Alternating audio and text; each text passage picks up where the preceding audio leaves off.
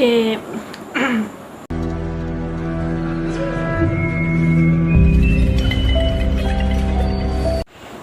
Hai, Assalamualaikum, welcome back to my YouTube channel. So malam ni aku nak cerita kisah seram yang mana aku duk janji-janji tu tapi tak cerita-cerita juga.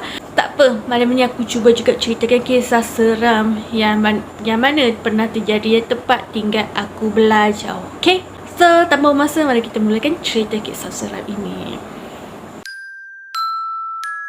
Okay, kisah seramnya bermula pada jam pukul 9 ataupun 10 malam macam tu.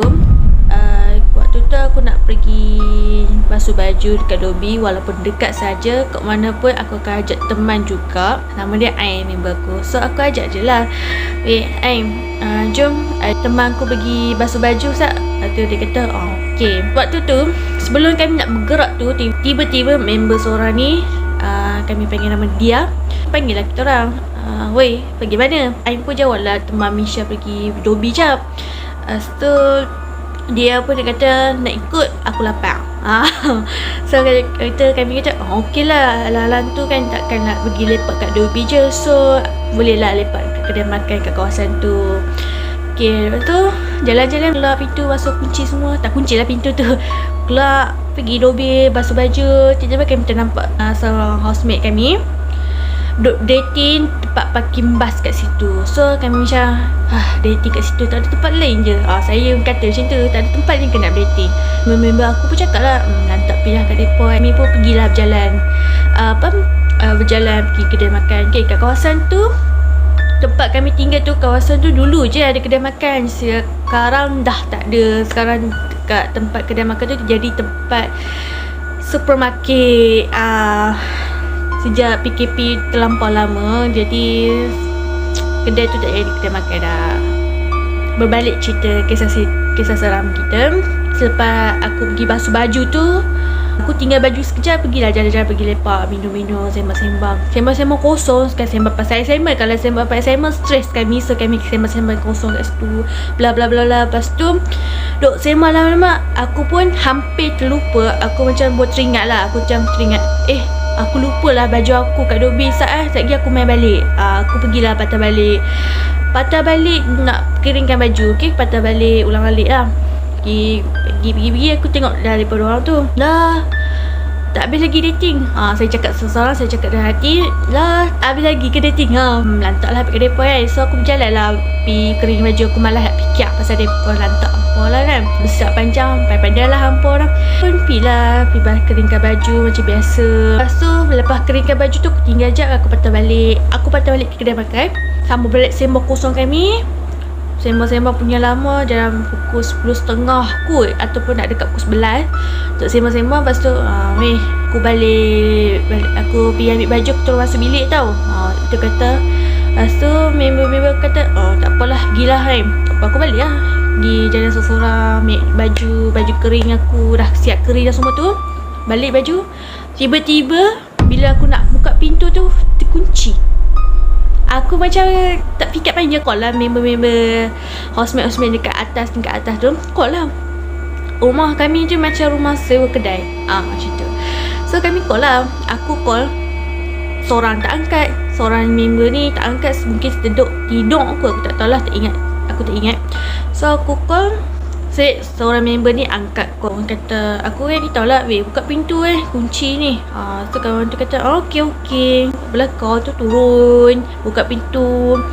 Setelah aku bertanya lah kat situ, awak kunci pintu tak, banyak orang kira tak balik lagi.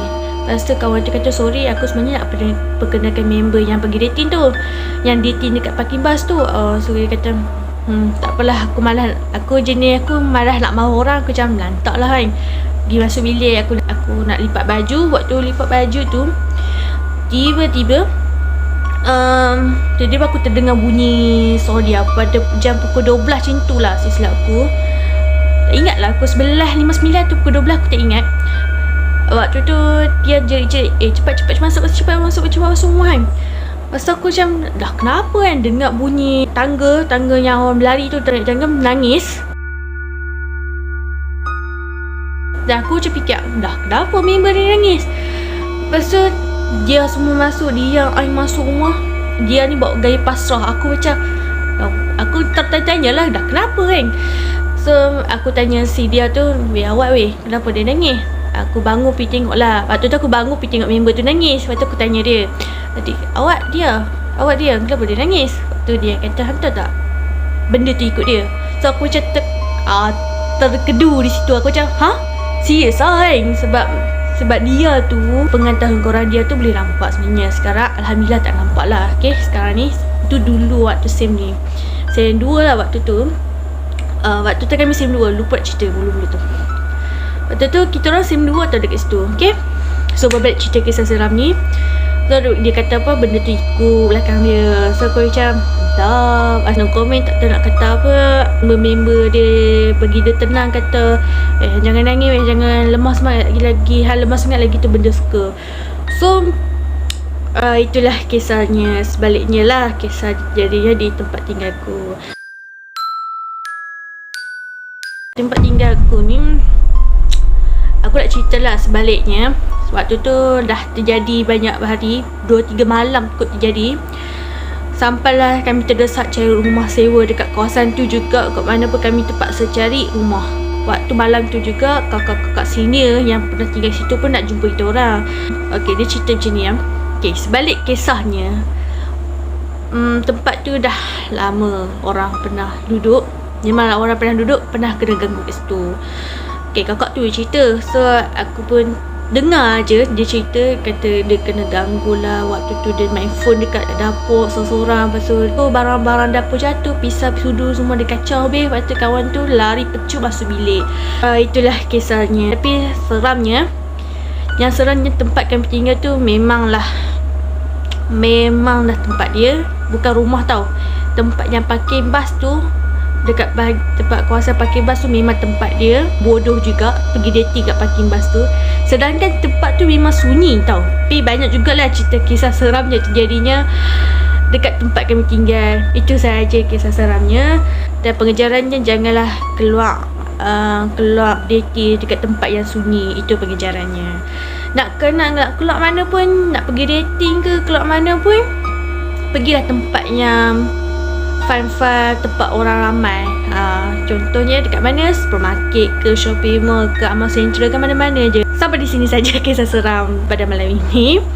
So jangan lupa like and subscribe. Kalau suka like, kalau tak suka jangan like. Macam tu pula. Okay, so bye bye.